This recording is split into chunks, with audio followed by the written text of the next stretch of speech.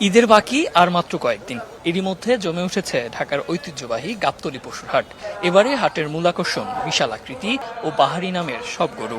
সম্রাট, কালাপাহাড় কিংবা রাজাবাবু এমন নজরকাড়া নামের বড় গরুর দিকেই এখন সবার চোখ। হাটে পশুর অভাব না থাকলেও কেনাবেচা চিত্রটা এখনো বেশ ধীর গতির। বিক্রেতারা বলছেন, ক্রেতারা আসছেন, দেখছেন এবং দরদাম করছেন। তাদের প্রত্যাশা আর মাত্র 2-1 দিন গেলেই পুরোদমে জমে উঠবে বেচাকেনা।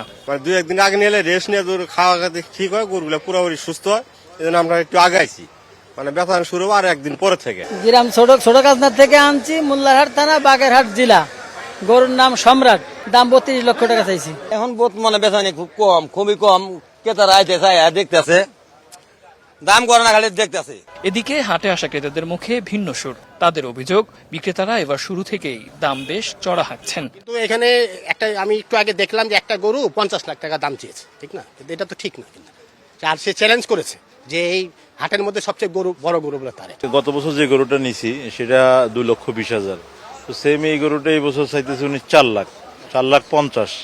দাম নিয়ে ক্রেতাদের মাঝে কিছুটা অস্বস্তি থাকলেও বাজারে পশু সরবরাহ নিয়ে আশার বাণী শুনিয়েছেন সরকার।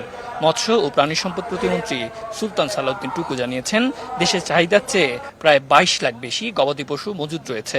1,23,00,000 গবাদি পশু আমাদের রয়েছে কুরবানির জন্য।